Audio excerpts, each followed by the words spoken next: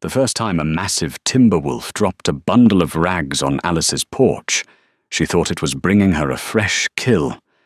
It wasn't. It was a shivering, starving infant with a tail. By the fourth baby, she stopped asking questions and started chopping more firewood. The village called her cursed, the pack called her a savior, but the Alpha King, he thought she was a threat. He was dead wrong, and he was about to find out why. Winter in the valley of Oakhaven didn't arrive.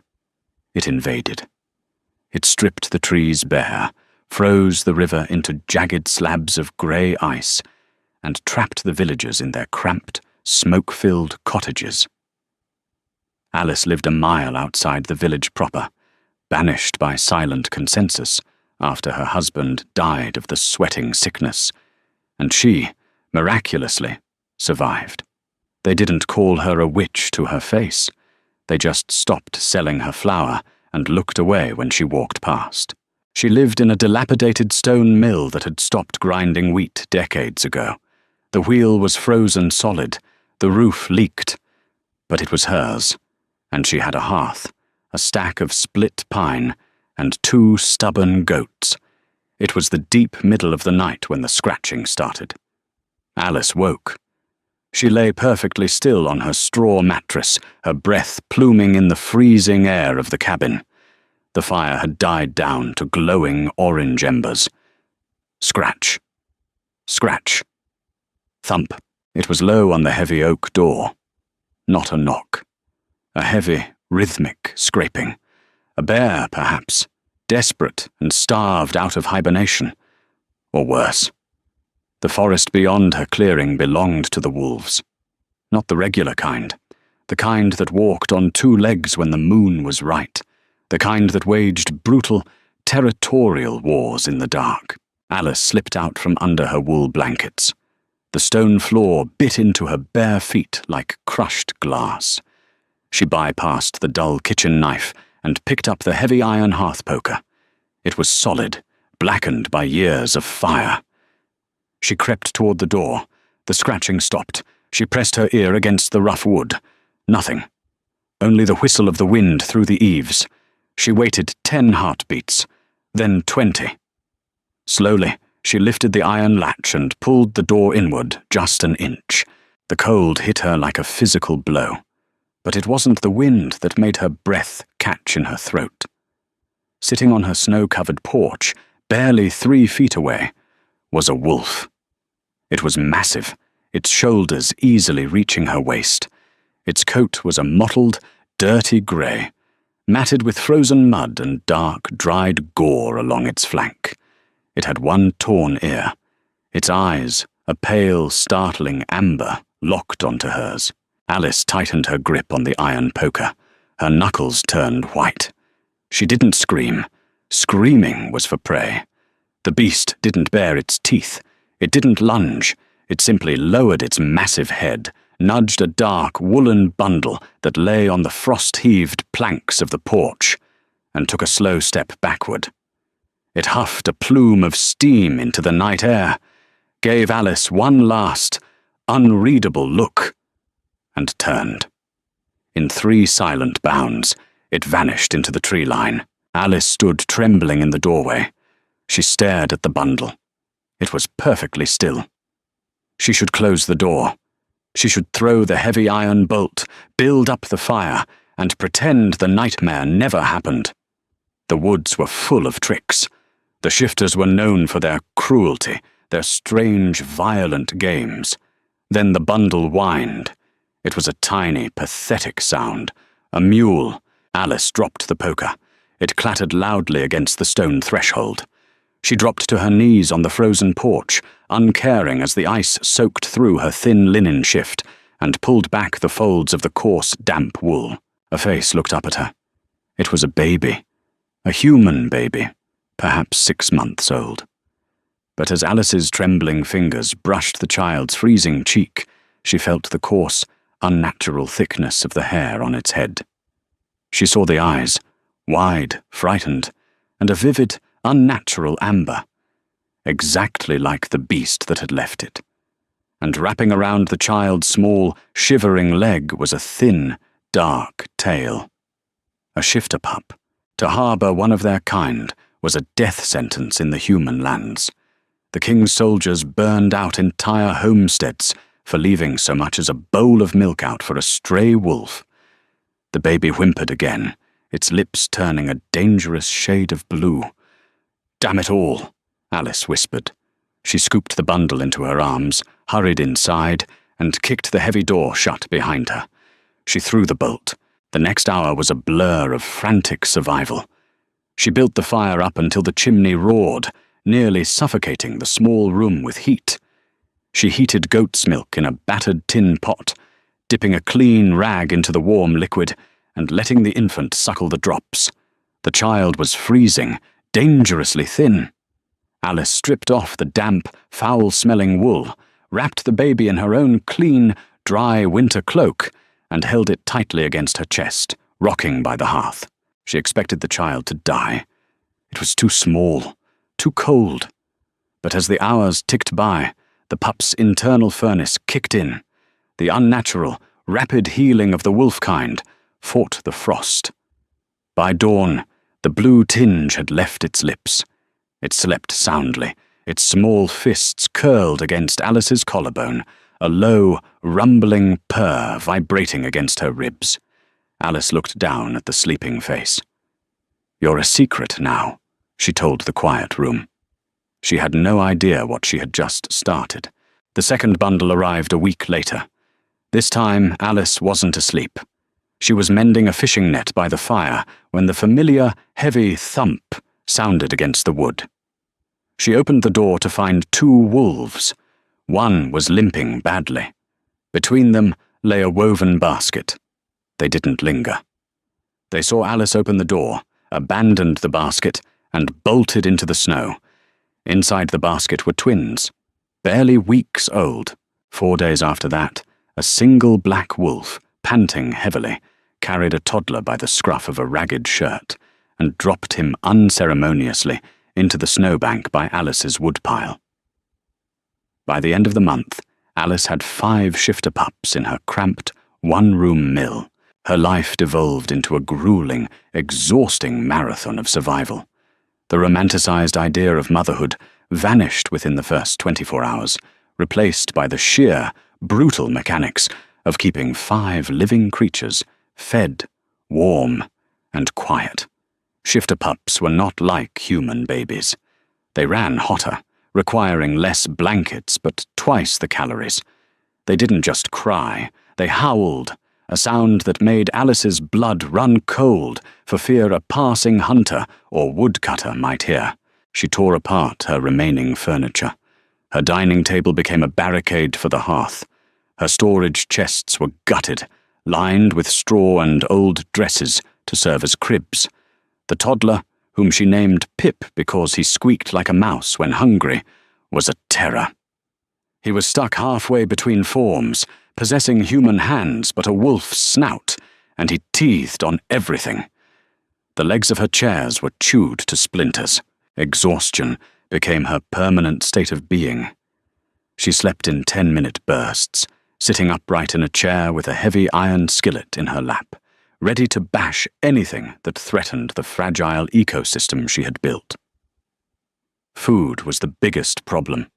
Her 2 goats were drying up, unable to keep up with the demand for milk. She had to venture to the village. She wrapped herself in her thickest wool, leaving the pups locked inside the stone mill with the fire banked low. The walk to Oakhaven was a mile of waist-deep snow. By the time she reached the village square, her legs were numb. She went to Thomas, the butcher. He was a broad, ugly man who had always looked at Alice with a mixture of pity and distrust. "I need bones," Alice said, slapping her last 3 silver coins on the wooden block, "and fat. Whatever scraps you were going to throw to the dogs, I'll take them." Thomas raised a bushy eyebrow. "You getting a dog, Alice?" "No," she lied smoothly, her voice raspy from disuse. "Winter is hard. I'm making broth." He took the coins.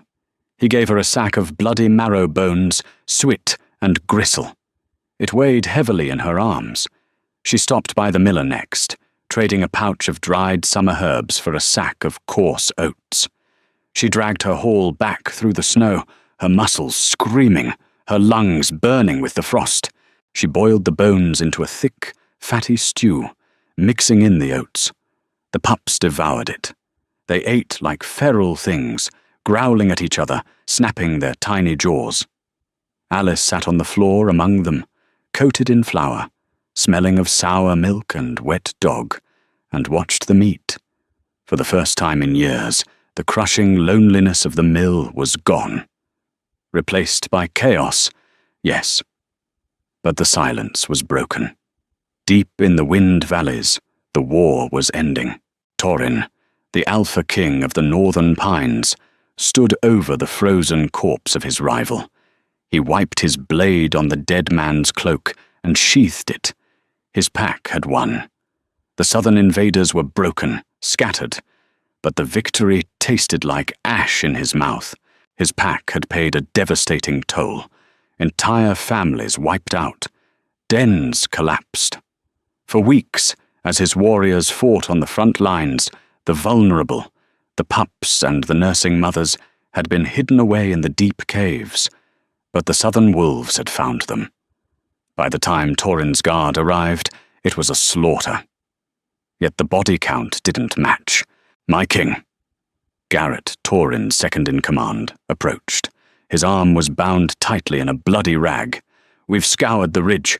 We found the tracks." Torin turned, his massive frame casting a long shadow over the blood-stained snow. He was a terrifying man to look at, heavy-shouldered, scarred across his jaw, with eyes as cold and unforgiving as the winter itself. "And?" "The survivors," Garrett said slowly. "The mothers who made it out. They didn't bring the pups to the rendezvous point." Torin's eyes narrowed. "Where did they take them?" "To the human lands." Garrett swallowed hard. "To a clearing by the old river. There is a stone mill." Torin's chest rumbled with a low, dangerous growl. Humans hated their kind. Humans drowned shifter pups in burlap sacks or sold them to the fighting pits in the capital. If his traumatized, desperate pack members had dumped their offspring at a human doorstep in a blind panic. "Assemble the guard," Torin ordered, his voice like grinding stone. "We ride for the border. If that human has harmed a single hair on one of my pups, I will burn her mill to the ground with her inside it." Torin did not shift for the journey. He wanted to approach as a man, to look the human in the eye before he ripped her apart. He and 4 of his largest warriors rode massive draft horses through the snow, following the faint scent trails. They reached the clearing just as the sun began to set, painting the snow in violent shades of orange and purple. The stone mill looked dead. Smoke barely trickled from the chimney. Torin dismounted. He motioned for his men to stay back. He walked up to the heavy oak door. He didn't knock. He raised his booted foot and kicked the door right off its iron hinges. It crashed inward with a deafening boom. Torin stepped into the gloom, his claws extending from his fingertips, ready for the stench of death. Instead, he froze. The room was hot. It smelled of boiled meat and clean pine. And there, sitting in the middle of the floor, was a human woman. She looked like a ghost. Pale, dark circles under her eyes, her hair a tangled mess. She was holding a wooden spoon. Surrounding her, crawling over her lap, tugging at her skirts, and sleeping peacefully in a basket by the hearth, were 5 of his pack's missing pups. Alice didn't scream. She didn't drop the spoon. She just looked up at the towering, terrifying man who had just destroyed her door, blinked her exhausted eyes, and sighed. "If you're here to drop off another one," Alice said, her voice deadpan and raspy, "you're going to have to fix that door first. It's drafty." Torin stared at the woman. The wind howled through the ruined doorway, sweeping a flurry of sharp snow across the stone floor. The sudden, biting drop in temperature made the pups squeal in distress. The toddler, Pip, dropped the wooden block he was gnawing on and scrambled behind Alice's wool skirt, peeking out with wide, terrified amber eyes. Alice didn't cower. She didn't beg for her life. She calmly placed her wooden spoon on the lip of the iron pot, pulled a thick wool blanket over the basket, holding the sleeping twins, and stood up. She barely reached Torin's chest. "Close the gap," Alice said, her voice sharp enough to cut glass. "You are letting the heat out." Behind Torin, Garrett and the 3 other warriors crowded into the doorway, their hands resting on the hilts of their blades. They stopped dead. The sight of their king, a man who had just ripped out a rival alpha's throat 3 days prior, being scolded by a hollow-cheeked human woman, was enough to short-circuit their predatory instincts. Torin blinked. The red haze of protective fury that had driven him across the border began to recede, replaced by a profound, jarring confusion. He looked at the floor. He looked at the pups. They were filthy, covered in dried oats and ash, but they were undeniably alive. They were fat. They were warm. "You," Torin started, his voice a deep, rough gravel that vibrated in the small room. "You have our young." "I have a headache," Alice corrected, stepping over a sleeping infant to grab a heavy wool shawl. She tossed it toward the doorway. It hit Torin squarely in the chest. He caught it on reflex. "Nail that over the frame. The wind is going to freeze the twins." Garrett let out a low, warning growl at the disrespect. Alice shot him a look of absolute exhaustion. "Growl at me again, and you can feed the screeching 1 at 2 in the morning. Fix the door." She turned her back on 4 heavily armed, magically enhanced apex predators, and went back to stirring her pot. Torin stood motionless for another long second. The absurdity of the situation wrestled with his deeply ingrained authority. He looked down at the shawl in his massive blood-stained hands. Then he looked at Pip, who was currently trying to eat a piece of charcoal near the hearth. Alice nudged the toddler away with her foot without breaking the rhythm of her stirring. Torin turned to his men. "Patch the door," he ordered gruffly. Garrett looked entirely bewildered. "My king, we should take the pups and burn the—" "I said, patch the door." Torin's eyes flashed a brilliant, dangerous gold. "Use the planks from the shed outside. Strip the leather from your saddles for hinges if you have to. Move." The warriors scrambled to obey. Torin stepped fully into the mill, the sheer mass of his shoulders making the cramped room feel suffocatingly small. He unbuckled his heavy broadsword and leaned it against the stone wall. He stripped off his furs, revealing a tunic stained with travel and war. He smelled of pine, horse sweat, and old violence. Alice didn't offer him a chair. She didn't have any left. She had burned the last one for firewood yesterday. "Why are they here?" Torin asked. He kept his distance, acutely aware of how his size terrified the pups. Pip was now actively weeping into Alice's apron. "Because your wolves kept dropping them on my porch like unwanted squash," Alice said. She reached down, scooped Pip up with one arm, and balanced him on her hip. She handed him a clean, stripped marrow bone to chew on. The toddler instantly quieted, gnawing aggressively. First one came 3 weeks ago. The twins 2 weeks. The others followed. "Humans kill our kind." Torin stepped closer, his boots heavy on the stone. He studied her face. There was no deception there, only a bone-deep weariness that he recognized from his own reflection. "Why didn't you drown them?" Alice stopped stirring. She looked at Torin, her eyes dark and flat. "The village down the road thinks I killed my husband with a curse. They don't speak to me. They don't trade with me. I'm already a monster to them." She looked down at the toddler on her hip. "What's a few more monsters in the house?" Torin fell silent. He looked around the room. He saw the dismantled furniture. He saw the heavy iron skillet resting deliberately close to her sleeping pallet.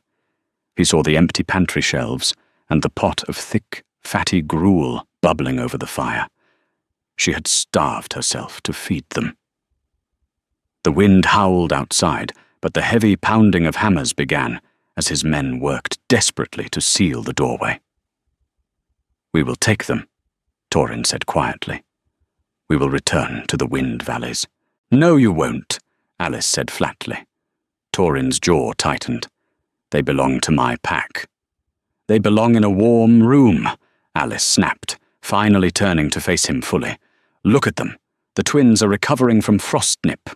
The dark-haired one throws up anything that isn't goat's milk mixed with oats. They are weak. If you drag them back through a blizzard on horseback, half of them will be dead by morning." She wasn't challenging his authority. She was stating a biological fact. Torin knew she was right. His pack was decimated, his dens cold. He had no wet nurses left. The journey alone would kill the smallest ones. "Then we stay," Torin decided, "until the thaw." Alice let out a long, ragged sigh, resting her forehead against the rough stone of the mantel. "Fine. But if you're staying, you're fetching the water. The bucket is out back." By midnight, the door was a patchwork monstrosity of raw lumber and thick leather strips, but it held back the wind. The temperature in the mill slowly rose. Torin's men set up a perimeter in the ruined barn out back, shifting into their massive wolf forms to huddle for warmth. Torin did not join them. He claimed the corner of the mill furthest from the hearth, sitting on the cold stone floor with his back against the wall, his arms resting on his drawn-up knees. He watched as Alice orchestrated a chaotic, exhausting ballet of survival. At 1 a.m, the twins woke up screaming. Torin tensed, ready to intervene, but Alice was already moving. She dragged herself off her thin straw pallet, her movements stiff and mechanical. She heated milk. She tested the temperature against the inside of her wrist. She fed them one by one, rocking them with a dull, rhythmic sway until their amber eyes drifted shut. At 3, Pip wet himself, and the blankets. Alice stripped the bedding, wiped the toddler down, and bundled him into her own dry cloak. At 4:30, the fire dipped too low. Torin watched Alice reach for the iron poker, her hands shaking slightly from fatigue. Torin stood up. Alice flinched, gripping the poker tighter as the giant shadow loomed over her. Torin ignored her defensive posture. He took the iron poker gently from her grip. His fingers brushed hers. Her skin was freezing. "Sit," he commanded, his voice a low rumble. Alice was too tired to argue. She slumped back onto the straw mattress. Torin took over. He built the fire with a precision born of years in winter war camps, stacking the dry pine to maximize heat and minimize smoke. When the flames were licking happily at the chimney, he turned to the door. He unbolted it, stepped out into the freezing night, and returned 5 minutes later carrying a log the size of a barrel on his shoulder. He dropped it by the hearth with a thud that shook the floorboards. Alice watched him through half-open eyes. "Don't wake the babies," she mumbled. Torin didn't answer. He sat back down in his corner. "Sleep, human." For the first time in 3 weeks, Alice closed her eyes and let herself drift into a deep, heavy sleep. She didn't dream of scratching at the door. The next morning, the dynamic shifted. It wasn't a truce. It was a division of labor. Alice woke to the smell of roasting meat. Real meat. She sat up sharply, panic spiking in her chest, but the pups were fine. They were clustered around the hearth, watching wide-eyed as Torin rotated a skinned winter hare over the flames. "Garrett caught it," Torin said, not looking up. "Eat. You're too thin. If you starve, the pups starve."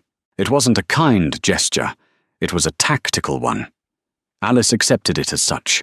She tore into the meat with a ferocity that surprised her, her hands greasy.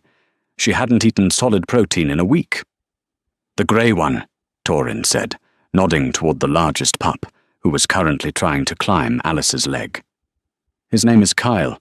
His mother died in the southern raids."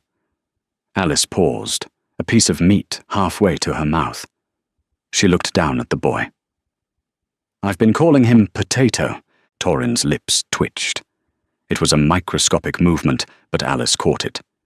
He is the son of a warrior, not a root vegetable. He has the intelligence of a root vegetable, Alice countered, prying Kyle's teeth out of her hem. He tries to eat rocks. Over the next few days, the mill settled into a bizarre routine. The 4 warriors stayed outside, hunting and patrolling the perimeter. They brought back deer, fat winter rabbits, and once a small wild boar. Torin stayed inside. He became the heavy labor. He hauled water, chopped wood until the pile outside the door reached the roofline, and stood as a silent, imposing barricade between the pups and the drafty corners. He rarely spoke. Alice rarely asked him to. They communicated in grunts, nods, and the passing of squalling infants. It was on the 5th day that the tension finally cracked. Garrett came inside to deliver a fresh haunch of venison. He dropped it on the makeshift counter too hard. The loud crack startled the dark-haired infant, who immediately began to wail. Garrett grimaced, stepping back. "Loud little beasts, aren't they?" he muttered, reaching a large, calloused hand down to roughly nudge the crying infant. "Quiet down, pup." Alice moved faster than Torin thought humanly possible. She slammed the flat of her heavy chopping knife down on the wooden counter, inches from Garrett's fingers. The thwack echoed like a gunshot. Garrett yanked his hand back, snarling, his eyes flashing gold as his canines elongated. "Touch him like that again," Alice said, her voice dropping to a deadly quiet hiss. "And you will leave this mill missing fingers. I don't care if you're a wolf, a warrior, or the king of the damn mountain. You do not handle them like baggage." Garrett loomed over her, his chest expanding, as a deep growl vibrated in his throat. He was a killer, a predator. Alice was a fragile, unarmed human in a flour-stained apron. She didn't back up an inch. She stared right into his glowing eyes, her grip tight on the handle of the knife. Torin watched from the hearth. He didn't intervene. He waited to see what would happen. Garrett bared his teeth, but the human's absolute lack of fear confused him. He looked at Torin for permission to strike. Torin leaned forward, resting his forearms on his knees. "Apologize to the woman, Garrett," he said softly. The absolute authority in his tone brooked no argument. Garrett's jaw snapped shut. He looked at Alice, swallowed his pride, and bowed his head slightly. "Apologies." He turned and quickly exited the mill. Alice let out a shaky breath, setting the knife down. She immediately scooped up the crying infant, pressing him to her chest and shushing him gently. Torin stood up and walked over to her. He towered above her, casting a long shadow. He looked down at the top of her head, at the chaotic mess of her dark hair, and at the fierce, protective way she held the child of his fallen people. "You would have died defending him," Torin observed. It wasn't a question. Alice didn't look up. She kept rocking the baby. "I've kept them alive this long. I'm not letting your men break them now." Torin reached out. For a second, Alice thought he was going to take the baby. Instead, his large, rough hand gently brushed a streak of flour from Alice's cheek. His touch was shockingly warm. "No," Torin agreed quietly. "We won't let them." The bitter cold broke 3 days later, replaced by a deceptive, muddy thaw. The ice on the eaves melted into a steady, irritating drip. The snow turned to heavy grey slush. Alice hated the thaw. It meant the roads were passable, and passable roads meant visitors. She was scraping the bottom of the oat sack, trying to calculate how many more days they could stretch the gruel, when the low, warning rumble started in Torin's chest. He was sitting by the hearth, whittling a smooth piece of pine into a crude toy for Pip. At the sound, his hand stopped. He didn't look at the door. He looked at the window. "Riders," Torin said softly. 3. Smelling of sour ale and wet wool. Alice froze. She wiped her floury hands on her apron, her heart giving a dull, heavy thud against her ribs. She moved to the window, peering through the cracked, grime-streaked glass. 3 men were guiding their plough horses up the rutted path toward the mill. Alice recognized them instantly. Alden, the village headman, whose face was perpetually pinched in suspicion. Cobb, the blacksmith, a man with arms like tree trunks. And Pike, a young, nervous farmhand holding a loaded crossbow resting across his saddle horn. "Hide!" Alice snapped, turning back to the room. Torrin slowly raised an eyebrow. "I am a king. I do not hide in pantries. You are a massive, scarred stranger in a house belonging to a widow they already think is a witch," Alice fired back, her voice dropping to an urgent whisper. "If they see you, they will ask questions. If they see the pups, they will burn this place to the ground. Get in the back room." She didn't wait to see if he obeyed. She threw a heavy wool blanket over the basket holding the twins, kicked Pip's wooden blocks under the makeshift table, and marched to the door. She slipped her heavy chopping knife into the deep pocket of her apron, wrapping her fingers tightly around the wooden handle. She opened the door just as Alden dismounted. The headman stopped, his boots sinking into the mud. He looked at the patchwork monstrosity of wood and leather that now served as Alice's door. His eyes narrowed. "Rough winter, Alice," Alden noted, his voice carrying over the dripping eaves. He didn't sound sympathetic. He sounded probing. The wood rotted. "I patched it," Alice said flatly. She stood squarely in the center of the doorway, blocking his view of the interior. "What do you want, Alden? I have no coin for taxes, and the mill is still broken. We aren't here for taxes." Alden took a step closer. Cobb and Pike stayed on their horses, but Pike kept his hand near the crossbow trigger. Miller's boy said he saw massive wolf tracks leading up this ridge, bigger than timber wolves, and sheep have gone missing from the southern pastures. Alice kept her face entirely blank. "Wolves live in the woods. That is not news. The tracks come right up to your property line," Alden pressed, taking another step. He was close enough now that Alice could smell the stale ale on his breath. "Some in the village think you're leaving food out, drawing the beasts near the settlement, making deals with the devils in the dark." "I barely have food for myself," Alice said, her grip tightening on the hidden knife. "I am not feeding wolves. Now leave my property." "We're going to have a look inside, just to be sure," Alden said. It wasn't a request. He stepped forward, reaching out a thick, calloused hand to physically push Alice aside. He never made contact.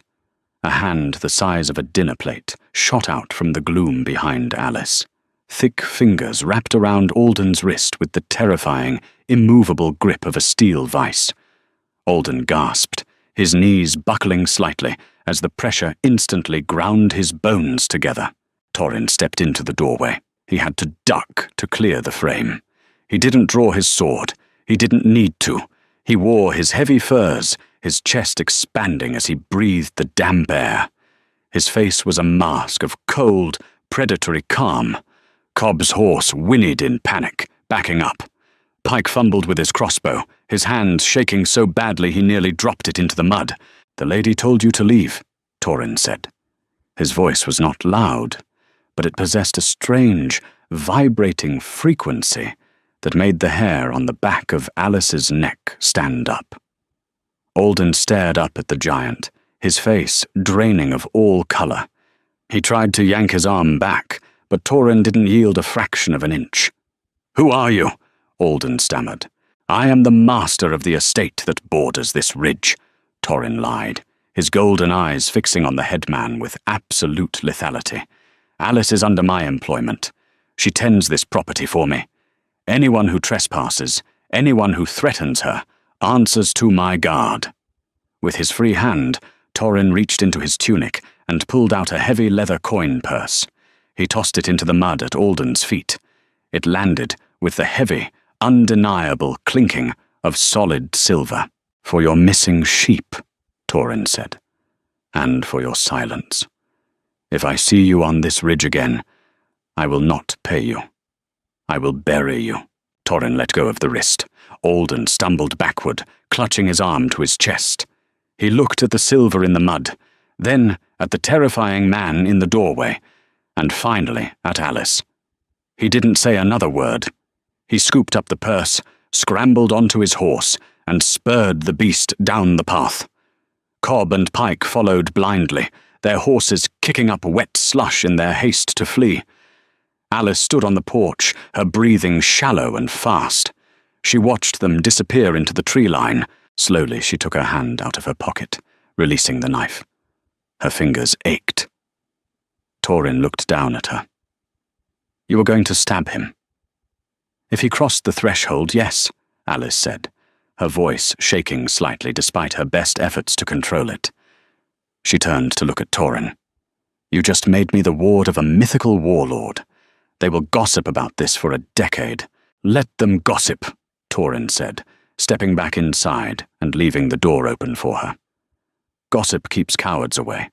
They will not bother you again." Alice walked inside and shut the heavy door, throwing the iron bolt.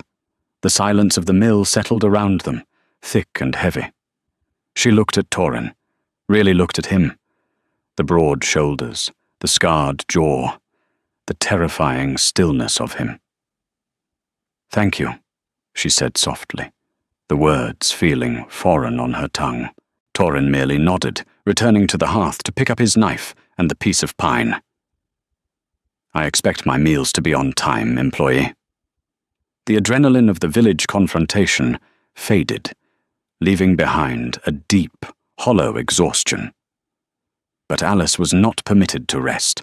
The thaw brought dampness, and the dampness brought the fever. It started with Wren, the smaller of the twins. She refused her evening milk. By midnight, she was making a high, thin, reedy sound with every breath. Alice sat by the hearth, holding the infant to her chest. Wren was terrifyingly hot.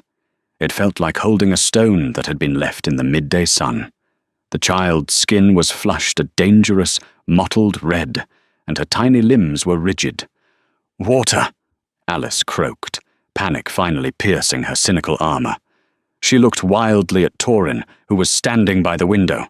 "Get the snow. Melt it. She needs a cold compress." Torin moved quickly, but he didn't go for the bucket. He knelt beside Alice, his large hand gently pressing against the infant's forehead. He hissed through his teeth, pulling his hand back. "No ice," Torin commanded. "No cold water. It will stop her heart." "She's burning up," Alice argued, clutching the baby tighter. "If the fever goes any higher, her brain will cook.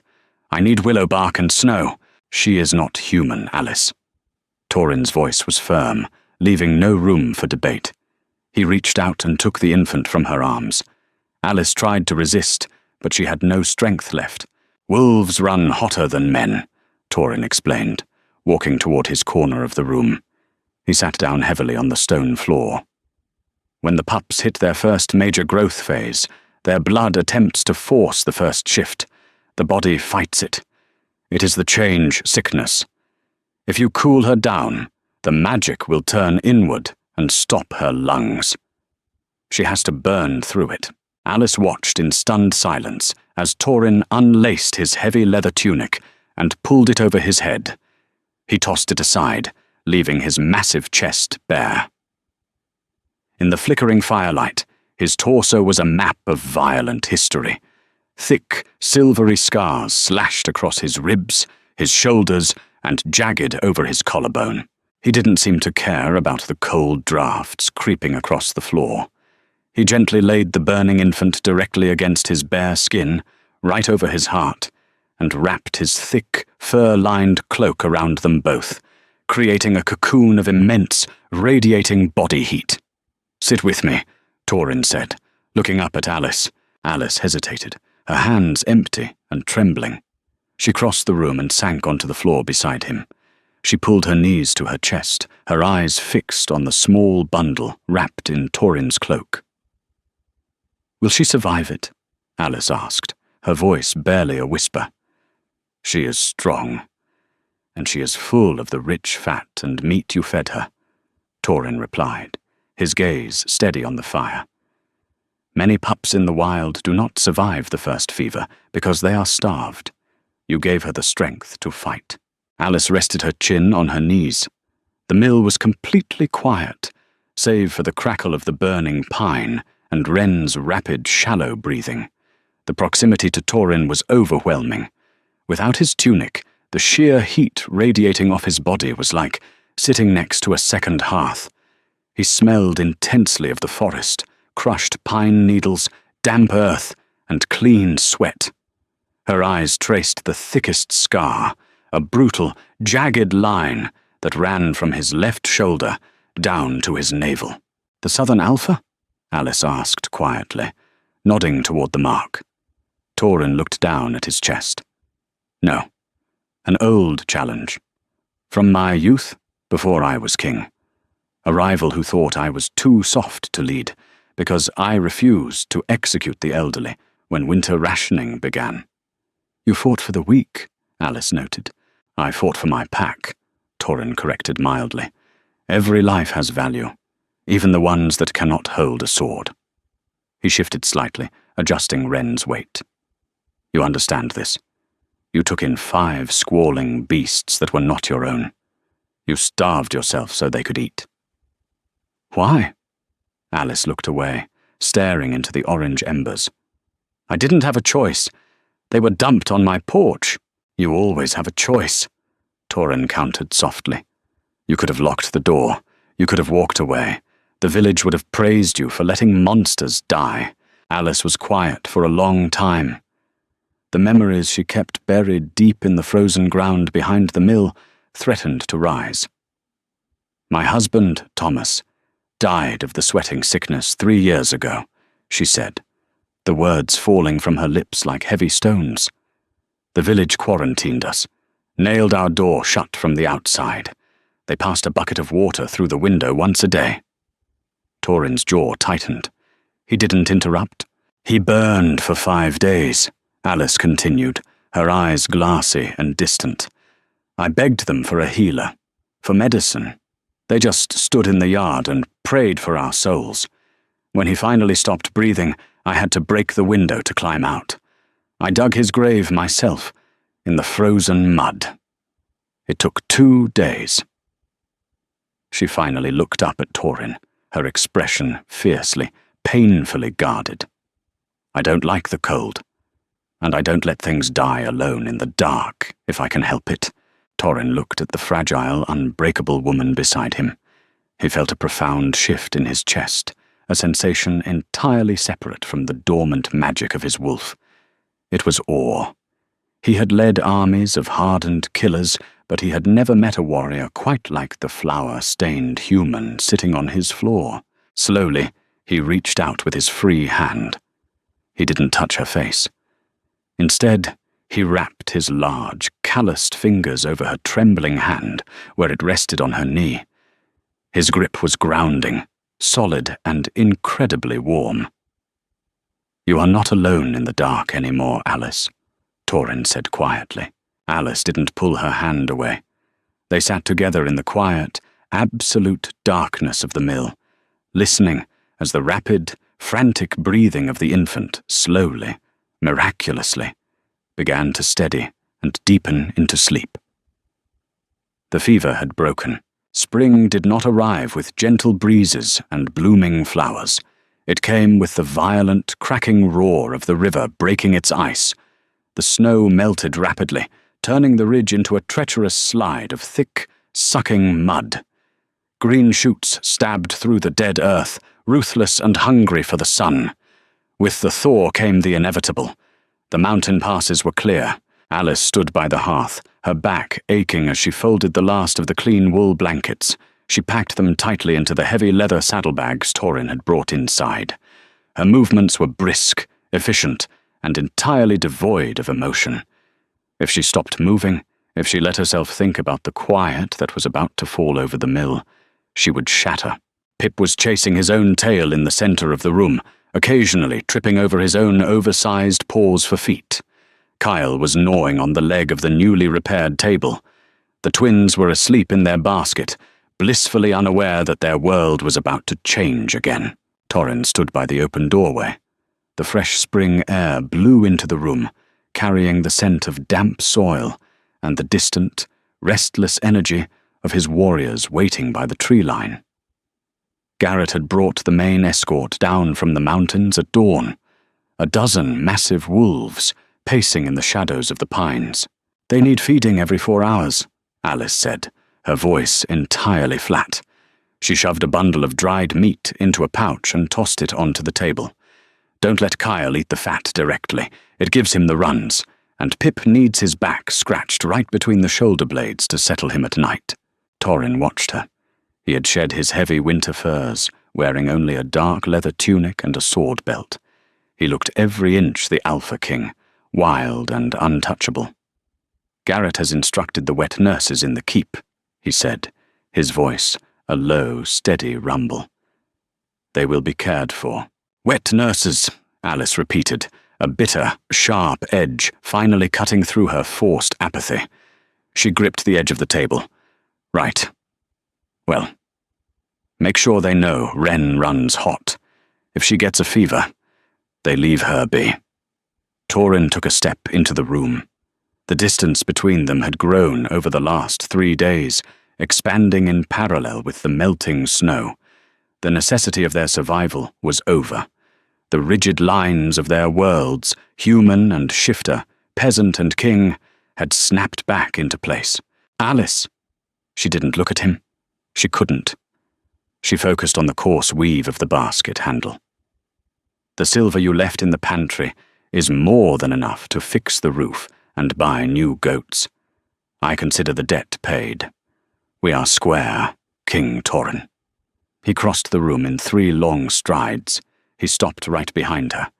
She could feel the immense, radiating heat of his chest against her back.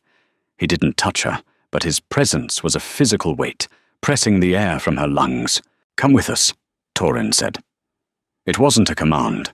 For the first time since he had kicked her door down, it was a request. Alice closed her eyes. Her knuckles turned white on the wicker handle. "No." "My keep is vast," Torin continued, his voice dropping, meant only for her ears. "You would have a warm hearth. Servants. You would never have to chop your own wood or starve to feed another. And your pack?" Alice turned sharply, forcing herself to meet his vivid, golden eyes. "How would your proud, ancient pack react to a human woman walking their halls, a frail, magicless widow raising their future warriors? They would despise me. And eventually, they would challenge you for keeping me there." Torin's jaw locked, the muscles in his neck flexed. "I would kill any who disrespected you. I don't want to be a reason for blood," Alice said fiercely, stepping back. "I belong here. This mill is mine. These woods are mine. I kept them alive, Torin. That was my job. The job is done." She turned away, scooping up the basket containing the twins. She walked past him, out the door, and into the bright, blinding spring sunlight. The loading took less than 10 minutes. Torin's warriors shifted into their human forms, massive and silent, to take the pups. Garrett took the twins, handling the basket with excessive, rigid care, acutely aware of Alice watching his every move. Torin took Pip, tucking the squirming toddler under one massive arm, and Kale under the other. Alice stood on the porch, her arms suddenly, terrifyingly empty. Torin swung up onto his black warhorse, settling the pups against his chest. He looked down at the woman on the porch. She looked so small against the backdrop of the stone mill, her apron stained, her dark hair blowing across her pale face. He wanted to say something, words of gratitude perhaps, a promise to return. But the heavy mantle of leadership sat squarely on his shoulders, and his pack was watching. "Ride out!" Torin barked to his men. He didn't look back as the horses turned and began the heavy trek up the muddy ridge. Alice stood on the porch until the very last hoofbeat faded into the roar of the river. She stood there until the sun dipped behind the pines and the chill of the evening set in. Then she walked inside. She closed the door. She slid the heavy iron bolt into place. The silence in the mill was absolute. It was deafening.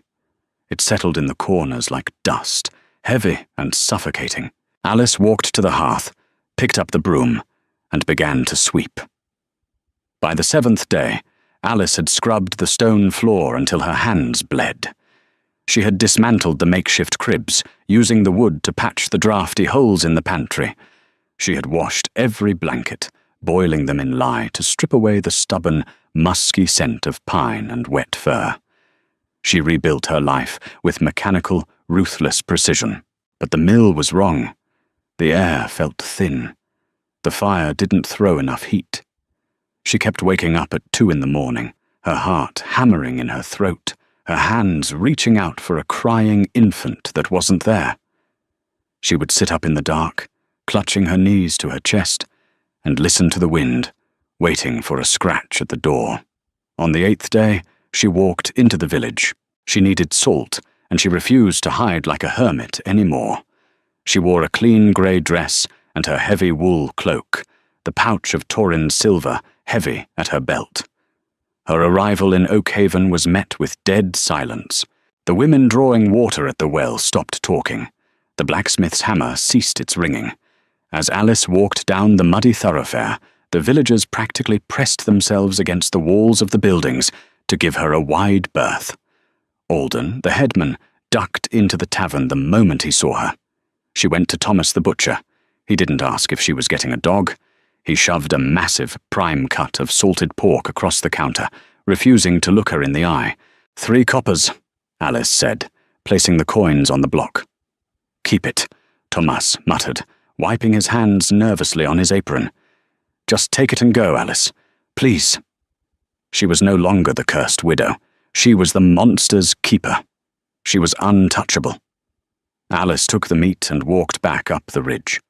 The victory was hollow.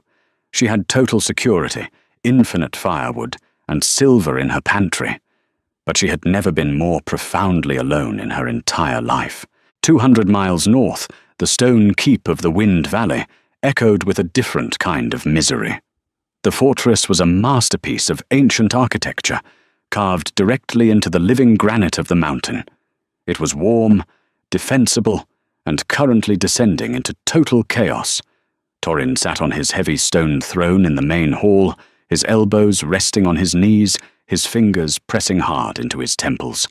A vicious, throbbing headache had taken up permanent residence behind his eyes. "Report!" Torrin growled. Garrett stood at the base of the dais, looking like a man who had fought a war and lost. He had a fresh, angry bite mark on his forearm. "The grey one, Kyle. He refuses to eat the venison. He just sits by the hearth and growls at the wet nurses. The toddler, Pip. He got into the armory, chewed through 3 bowstrings and bit the quartermaster." Torrin squeezed his eyes shut. "And the twins? Screaming, my king. They haven't stopped since we crossed the border. The nurses say their milk is bad. They say the pups are cursed by the human lands." Garrett hesitated. "They smell wrong to the pack. They smell like oats and smoke." They smelled like Alice. Torrin stood up, the violent scrape of his boots against the stone echoing in the vast hall. He walked past Garrett, ignoring the bewildered looks of his council, and headed straight for the nursery wing. The smell hit him before the noise did. Panic, distress, the sharp, sour scent of frightened pups. He pushed open the heavy oak doors. 3 wet nurses, strong, proud wolf women, were pacing the room, looking thoroughly defeated. In the center of the grand, fur-lined bed sat Kyle. He held a small, battered wooden block in his paws. He wasn't chewing it. He was just holding it, his amber eyes wide and glassy. Torrin walked over to the bed. He crouched down, bringing himself to eye level with the pup. Kyle looked up at him and let out a pathetic, heart-breaking whimper. It wasn't a biological sickness. It was grief. Torrin looked around the grand vaulted room. It was filled with silks, furs, and the finest meats. It was a palace, but it wasn't a home.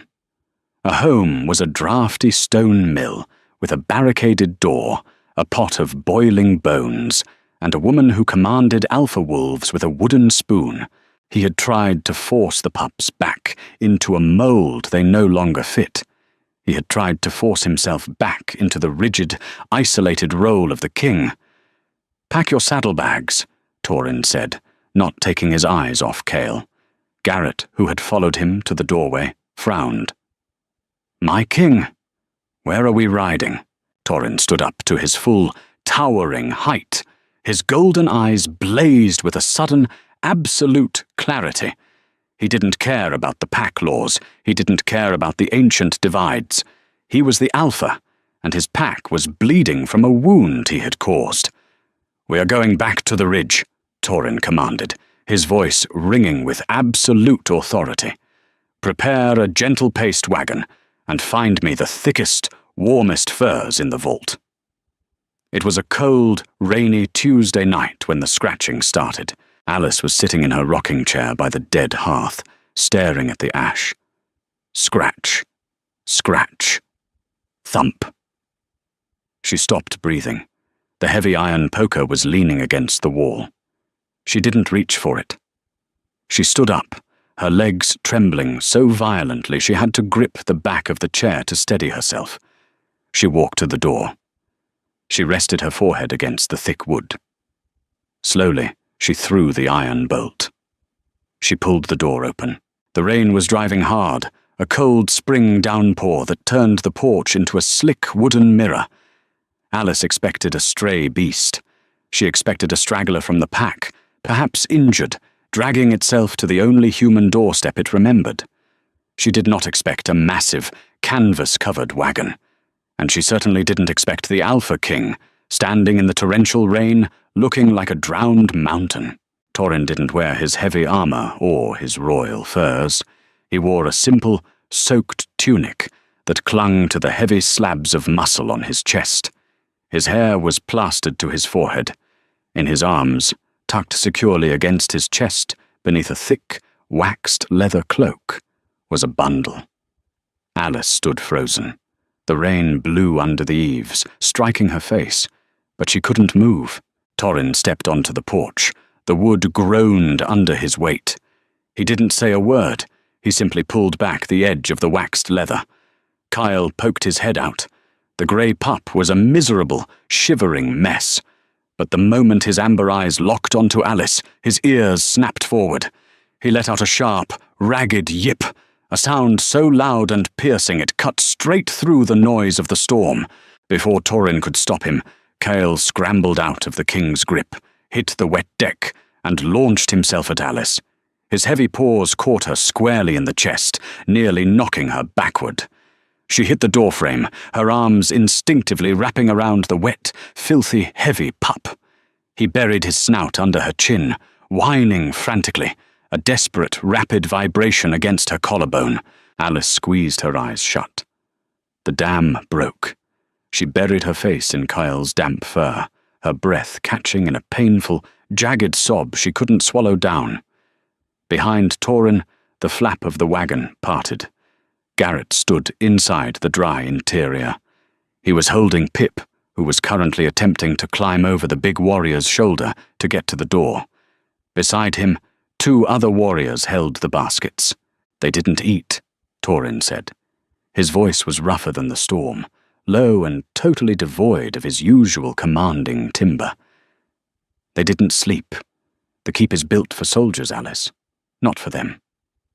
Alice pulled Kyle tighter against her. She looked up at Torin through the rain and the dark. "You brought them back." "I brought them home," Torin corrected. He stepped past her, right into the dark, dead mill. He didn't wait for an invitation. He walked to the hearth, unclasped his wet cloak, and dropped it on the floor. Within seconds, his warriors were streaming out of the wagon, carrying the squirming, whining pups into the stone room. The silence shattered. Pip hit the floor and immediately ran to the broken table leg, gnawing on it as if greeting an old friend.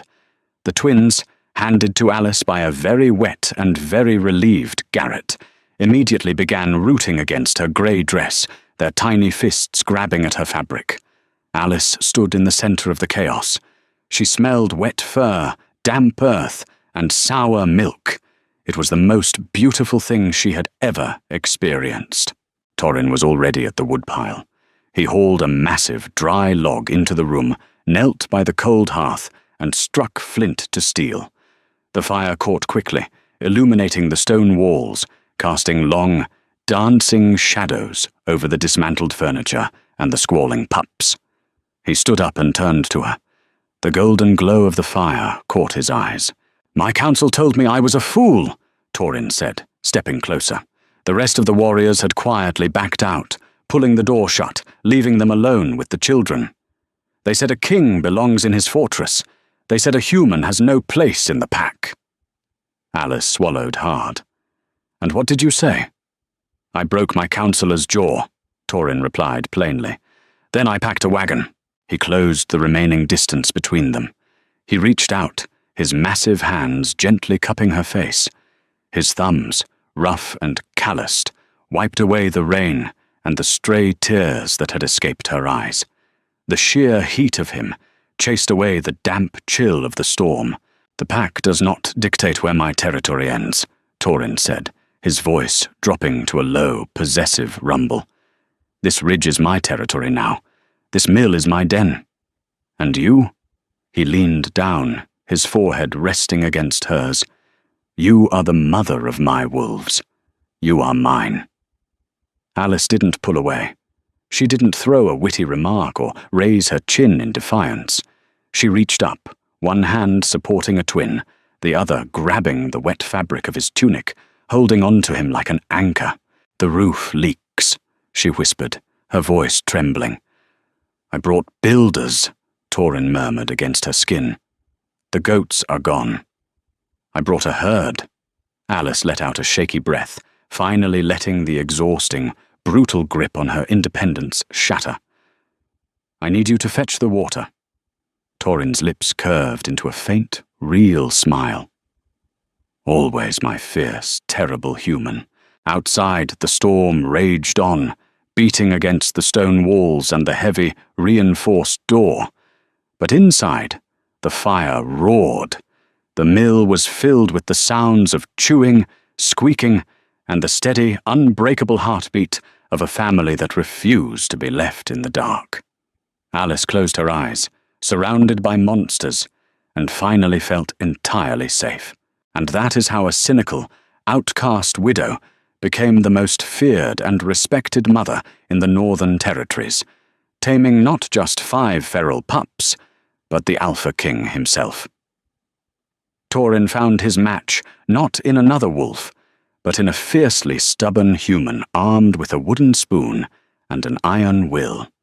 If Alice and Torrin's unconventional protective family kept you hooked until the very end, make sure to hit that like button. Subscribe to our channel for more grounded, immersive fantasy audio stories, and share this video with someone who loves a truly fierce romance.